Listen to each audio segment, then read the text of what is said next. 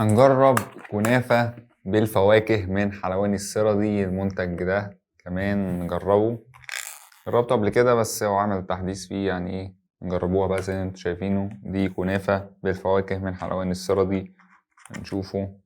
طبعا هي بالوزن ده جبنا ربع كيلو تقريبا ب55 جنيه. عليها تفاح وخوخ تقريبا، وطبق من الجيلي طبعا على الفواكه عشان تحفظها. هنشوفه ونقوله بسم الله. وعليها موز كمان، فطعمها كويس جدا وحلوة جدا. الكنافة بالفواكه، كنا عايزين نجيب كنافة مانجا ملقناش مانجا فجبنا فواكه. فواكه حلوة وعليها طبعا تفاح خوخ وموز ده، والكريمة اللي على الكنافة. الكنافة متحمصة كويس، وطبق من الجيلي